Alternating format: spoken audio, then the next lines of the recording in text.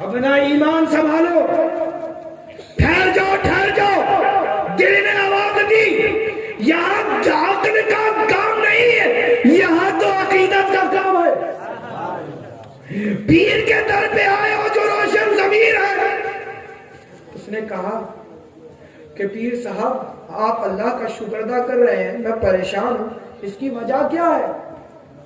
دعا کر رہے ہیں کہ اے اللہ تیرا شکر ہے کہ میں یہ پریشان.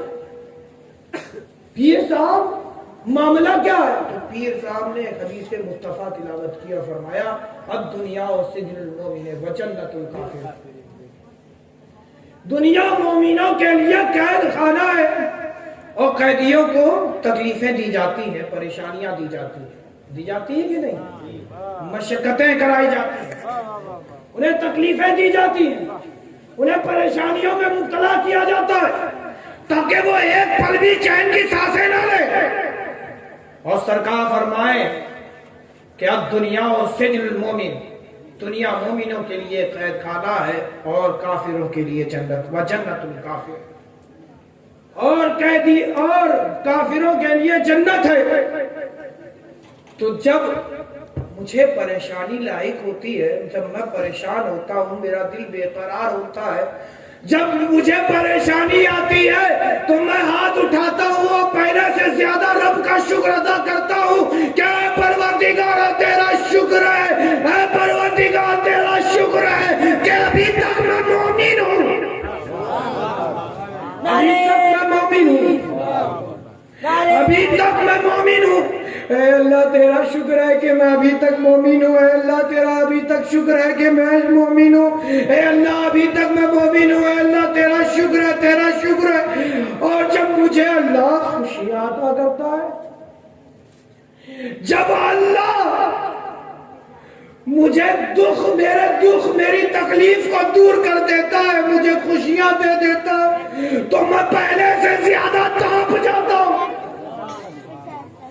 میں پہلے سے زیادہ تڑپ جاتا ہوں اور اپنے نفس کا محاسبہ کرتا ہوں.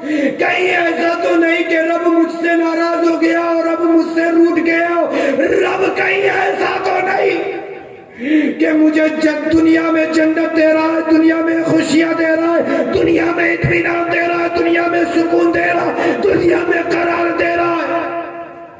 تو میں پہلے سے زیادہ بے قرار ہو جاتا ہوں اور دیکھتا ہوں, اپنے نفس کا مطالعہ کرتا ہوں, کہیں ایسا تو نہیں کہ مجھ سے کوئی خطا ہو گئی ہے, کہیں ایسا تو نہیں کہ مجھ سے کوئی انجانے میں کوئی گناہ ہو گیا ہے جس سے میرا رب ناراض ہے.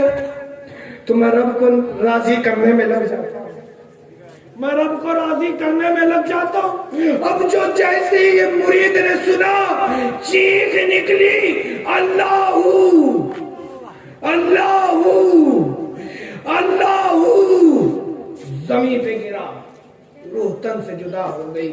انا للہ و انا الیہ راجعون. ادھر روح تن سے جدا ہوئی تھی کہ ایک فرشتہ نمودار ہوا اور وہ پیر صاحب سے کہتا ہے کہ میں خدا کی جانب سے آیا ہوں, آپ کے اس مرید کو لینے کے لیے آیا ہوں, اور رب نے مجھے حکم دیا ہے کہ میرے اس بندے سے پوچھنا کیا وہ اپنے اس مرید سے, اپنے اس غلام سے راضی ہے یا نہیں ہے, راضی ہے یا نہیں ہے.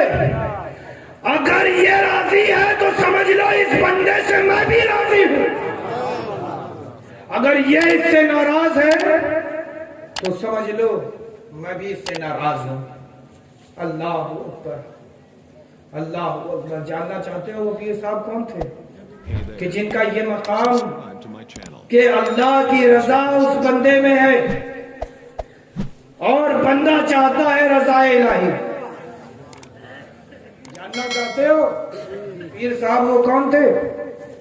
عزیزان گرامی, وہ کوئی اور نہیں, حضرت جعفر صادق تھے, حضرت جعفر صادق تھے. عزیزان گرامی, کون ہے حضرت جعفر صادق؟ امام اعظم ابو حنیفہ کے پیر و مرشد, امام حسین کے پوتے ہیں, امام حسین کے پوتے ہیں, امام اعظم ابو حنیفہ کے پیر و مرشد ہیں, اور امام اعظم ابو حنیفہ سے عمر کافی ہو گئی تھی تو پوچھا کسی نے، عقیدت مند نے پوچھا، کسی حنفی نے پوچھا، حنفی ہے نا، حنفی عبادت کر رہی، تو اس لیے میں یہ بات لانا چاہ رہا تھا۔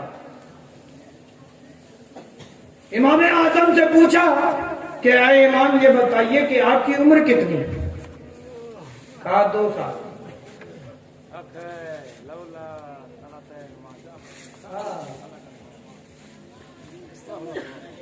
کہا 2 سال۔ کہا حضرت آج تک جو ہے کبھی بھی اس طرح کی بہکی باتیں نہیں کرتے، عمر دراز ہے، عمر کے آخری مرحلے میں آ گئے ہیں، کمر جھک چکی ہے، داڑھی سفید ہو چکی ہے، اور یہ کہہ رہے ہیں کہ 2 سال کے، کیا تماشا ہے؟ اللہ اکبر۔ پھر کہا کہ حضور کیسے آپ کی عمر 2 سال ہے؟ کہا کہ میں اپنی عمر 2 سال اس لیے کہہ رہا ہوں کیونکہ اگر میں حضرت جعفر صادق کی خدمت میں 2 سال اپنی زندگی کے نہ گزارتا تو نعمان ابن ثابت کب کا ہلاک ہو چکا ہوتا، کب کا ہلاک ہو چکا ہوتا۔ تو اے میرے پیاروں، بڑے خوش نصیب ہو کہ تمہیں حضرت جعفر صادق جیسی عظیم ترین شخصیت کی نسبت حاصل ہے، تم اشرفی ہو چکے ہو۔ اسی لیے تو کسی شاعر نے کیا خوب کہا ہے، کیا ہے وہ، نہیں، سلسلہ کیا ملا، سلسلہ مل گیا، اشرفی ہو گئے، پیر ایسا ملا کہ جنتی ہو گئے، پیر ایسا ملا جنتی ہو گئے۔ اعلیٰ حضرت شفیع میاں علیہ رحمت و رضوان فرماتے ہیں اشرفی ناز کر تو اپنے اشرف پر، کون پاتا ہے خاندان ایسا۔ سبحان اللہ، نعرہ تکبیر، نعرہ رسالت، نعرہ حیدری، فیضان حضور مخدوم اشرف، فیضان حضور اشرف الاولیاء، وما علینا الا البلاغ۔